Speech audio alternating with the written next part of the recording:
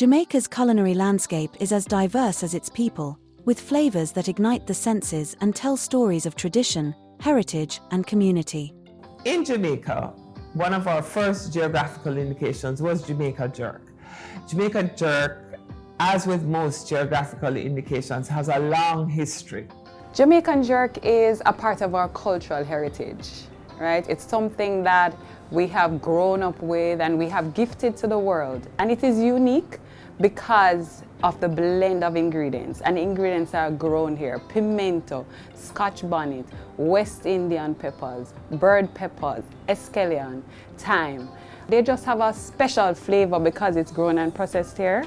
With a geographical indication, most people may be familiar with a trademark. So a trademark is a sign that distinguishes one service from another. To have a geographical indication, what you're saying to the world is that I am giving you a product that is uniquely related to the geographical location that it is coming from. Because jerk is so delicious that we have so many tourists that come to Jamaica and they go home and they want to experience that again. The problem was that people were making jerk and calling it by a lot of different names. And so you will find that other major brands, okay, they see that this is now something that people like, and so they would want to make their own jerk.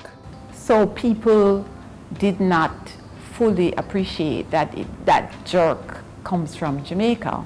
The recognition of Jamaica jerk as a geographical indication represents a triumph for Jamaican culinary culture and a testament to the resilience and ingenuity of its people. So Jamaica jerk is integral. Because everywhere we go, just like a Bob Marley, Jamaica is synonymous with jerk. It is something that we're so proud of. It's a taste of Jamaica that we give to the world.